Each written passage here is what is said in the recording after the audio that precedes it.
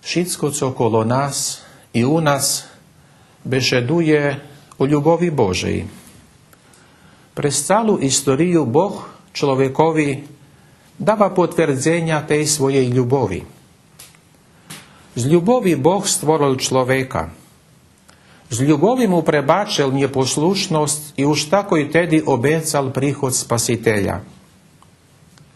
Najväčší znak ľubovi Boha ku človekovi to posílanie svojho syna medzi nás, котріше отіло творил, приял цело і родзивши от пречистої Діви Марії.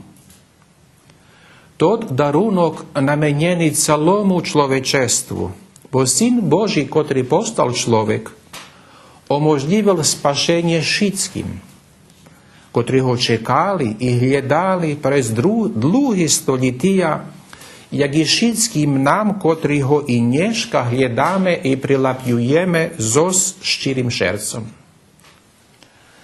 Престоти крачунські дні ми будемо зо з любов'ю дарувати єдні других. Але найлепший дар новонародженому буде тоді, коли будемо дарувати себе, так, як ще і Він дарував нам. Вінчуєм кожному веселий і радосний свята Рождества Христового і благословений Новий рок. Най наше серця буду наповнити з Божою любов'ю і з миром.